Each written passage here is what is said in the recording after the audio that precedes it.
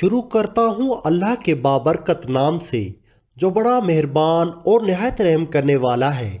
جب اللہ کی مدد آنے والی ہوگی تمہیں اچانک یہ دو چیزیں ظاہر ہوں گی۔ نا امیدی میں کھونے سے پہلے یہ ویڈیو لازمی دیکھیں۔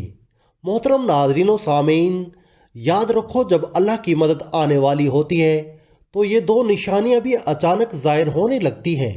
یقیناً تمہارا یہ تھکا ہوا دل اللہ کی مدد کا منتظر ہوگا کہ کوئی ایسا اشارہ تمہیں ظاہر ہو جو تمہارے اس دل کو مطمئن کر دے کہ تمہاری زندگی کے راستے بھی ہموار ہونے والے ہیں۔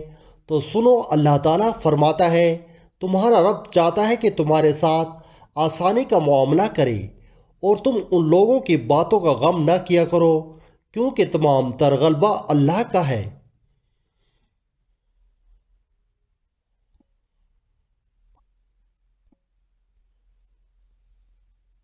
اور اس پر ہر ایک چیز آیا ہے، جو کچھ گزر چکا ہے اور جو کچھ موجودہ چل رہا ہے اور جو کچھ آنے والا ہے، وہ سب اس پر روشن ہے۔ اگر تمہاری زندگی کے چند اوراق خراب ہو گئے ہیں اور تم ڈپریشن کی طرف جا رہے ہو، بے سکون ہونے لگے ہو، تو جان رکھو کہ کچھ اوراق خراب ہونے کا مطلب ہرگز ہی نہیں کہ پوری کہانی خراب ہو گئی ہے۔ اللہ فرماتا ہے کہ تمہیں تمہارے حال پر چھوڑ نہیں دیا گیا، اور مومن کا اعتماد اسباب دنیا پر نہیں بلکہ اللہ پر ہونا چاہیے۔ اور بظاہر ماحول میں سازگاری کے آثار نظر نہ آتے ہوں تب بھی اپنے رب پر پورا بھروسہ رکھو۔ وہ جب چاہے جہاں سے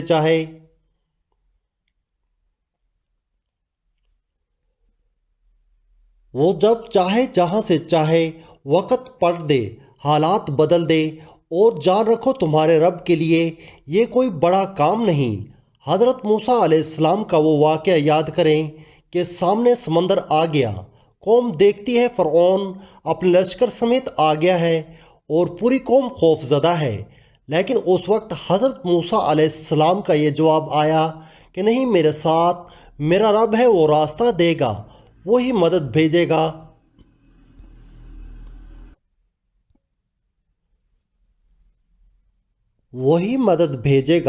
اور بھیجے گی مدد تو یہی ایمان ہو تمہارا بھی۔ اللہ فرماتا ہے جہاں کہیں بھی تم ہوتے ہو اللہ تمہارے ساتھ ہوتا ہے، اور جس کا یقین قائم ہو جائے نہ اس کا زمین و آسمان کا فرق قائم ہو جاتا ہے۔ اور جان رکھو کسی کے لیے جائز نہیں کہ وہ اللہ کی رحمت سے مایوس ہو جائے، اس کے گناہ کتنے ہی بڑے کیوں نہ ہوں، کیونکہ اللہ کی رحمت اس کے غضب پر حاوی ہے۔ نبی کریم صلی اللہ علیہ وآلہ وسلم نے فرمایا، تم میں سے ہر ایک اپنی ساری حاجتیں اور ضرورتیں اپنے رب سے مانگیں، یہاں تک کہ جوتے کا تسمہ بھی اگر ٹوٹ جائے تو اسے اپنے اللہ سے مانگو، کیونکہ تمام تر اختیارات اور بھلائیاں اس رب کے ہاتھ میں ہیں جس کی نگاہ ازل سے ابد تک تمام زمانوں پر حاوی ہے۔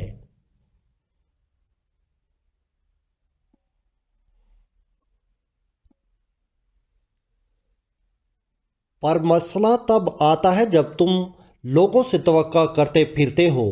ان کی توجہ اور احساس کی یاد رکھو، لہروں کے ساتھ لاشیں بہا کرتی ہیں، تراب نہیں۔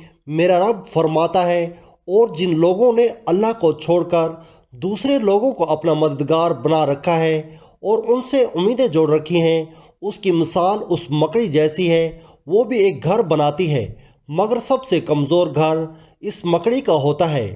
کاش کہ تم جانتے کہ اللہ کی معیشت ساری معیشتوں پر غالب ہے، اور اس رب میں جو چیزیں تمہارے لیے بنائی ہیں وہ خود تمہیں تلاش کر رہی ہیں۔ یقین رکھنا وہ تمہیں مل کر رہیں گی، لیکن اصل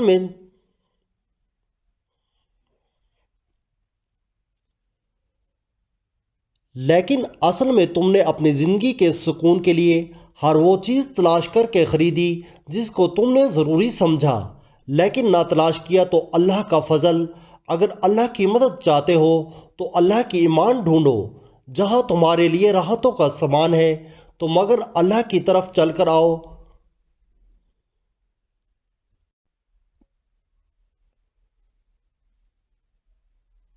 تم اللہ کو یاد رکھو گے تو وہ تمہیں یاد رکھے گا، لیکن اگر تم اللہ سے بے پرواہ ہو کر کسی اور سے مدد کی امید لگاتے ہو تو اپنا ہی نقصان کر بیٹھو گے، کیونکہ اللہ تعالیٰ فرماتا ہے کہ یہ دنیاوی آسرے تمہارے کسی کام نہ آئیں گے۔ تمہارا رب ہی مسبب الاسباب ہے، وہ اسباب کا پابند نہیں، اسباب اس کے محتاج ہیں۔ اگر یقین ہے تو اللہ پر یقین ہے، اگر نہیں ہے تو تمہارا یقین اسباب پر ہے، وسائل پر ہے، ذرائع پر ہے، پر اللہ پر نہیں ہے۔